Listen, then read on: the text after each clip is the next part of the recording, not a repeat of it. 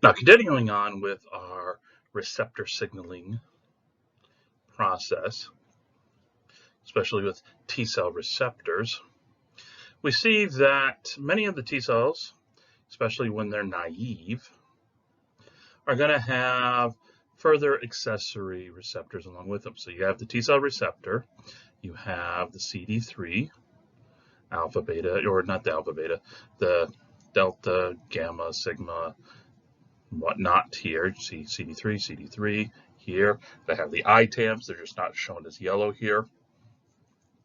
But they're also going to have along with them what is CD28. CD28 is going to interact with B7, B7.1, B7.2, which are going to be expressed on the surface of APC, antigen presenting cells, specific subsets of them. What this does is it aids in the maturation process of T cells. Yes, there's going to be MHC interaction with the T cell receptor. Look, there's the epitope, CD3 and all that. But CD28, which is an accessory one, along with the ligation with B7.1, B7.2 from the antigen presenting cell, is going to activate PI3 kinase, PI3K, which is going to phosphorylate PIP3 and is going to allow for the activation downstream of PLC, and then you get the whole IP3 released and calcium and so on and so forth. So it's not just the B cell and the T cell receptor that we have to pay attention to when we're studying signaling, but it's also the co-signals that are occurring at the same time. Co-signals at the same time can result in different transcription factors being activated. T cell receptor and CD28 at the same time, boom. What if it's T cell receptor and not CD28? Well, then you're going to get a different subset of these transcription factors being activated.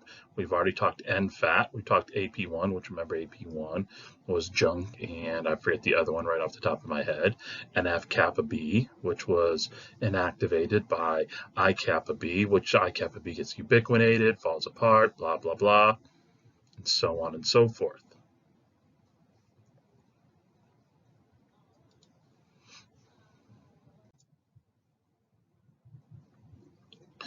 Okay, so far we've been talking T cell receptors. Let's talk B cell receptors.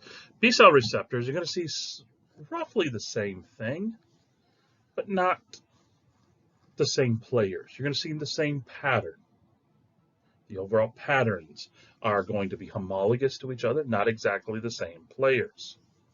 So B cell receptor is going to have its own, remember, Ig alpha, Ig beta instead of CD3. So they're there, but instead of ZAP70, ZAP70, what we see is a protein known as SYK. BLK, Fin, Lin are going to phosphorylate the ITAMs of Ig alpha, Ig beta, which is then going to recruit in SYK. SYK is then going to do things that are very analogous to what we saw ZAP70. Activating certain scaffold proteins, which then recruit, and I keep using the term recruit for a reason. If things are recruited, they're brought into a certain place to do a certain thing.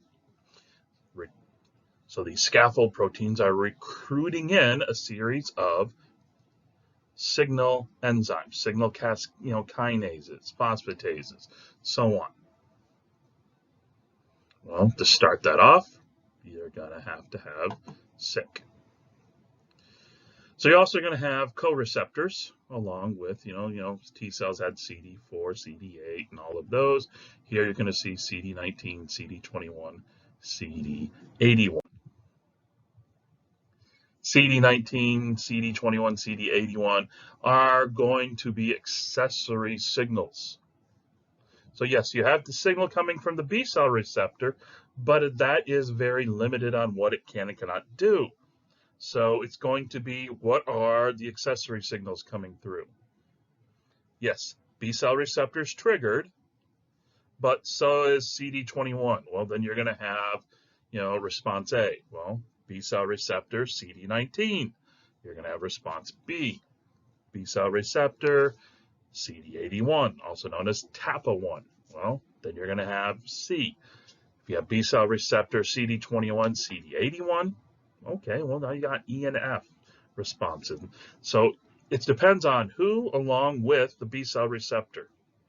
And temporally, who's being triggered first, who's getting more signal through, will push a cell one way or another in its responses. So just like we saw with the T cells and T cell receptors, you can get multiple pathways being activated, due to the B cell receptor and its accessories.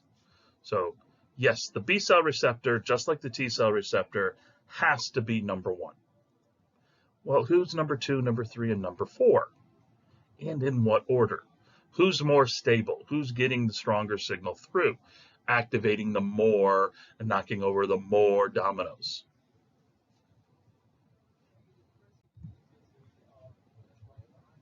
And then we also have to keep in mind, not all receptors are associated with ITAMs. Some of the times you're going to have things that are just there. This is a kind of a carryover to another train of thought, but I just tacked it on here just kind of so that we'll be sure to mention it in the next lecture. So the T cell receptor, the B cell receptor, and their accessory receptors are not the be-all end-all when it comes to signaling receptors in immuno cells, in the innate and adaptive cells. You're going to have different receptor types: NK cells, the natural killer cells, macrophages, neutrophils, mast cells. So you're going to have the Fc gamma receptor 3, Fc gamma receptor 4, CD16, CD94, as you see here. And they're also going to have their own signal domains that associate with them, so that when these get bound, when Fc epsilon receptor 1 gets bound, it's not the alpha or the beta, it's this gamma here that's going to be phosphorylated, that's going to start knocking over the dominoes.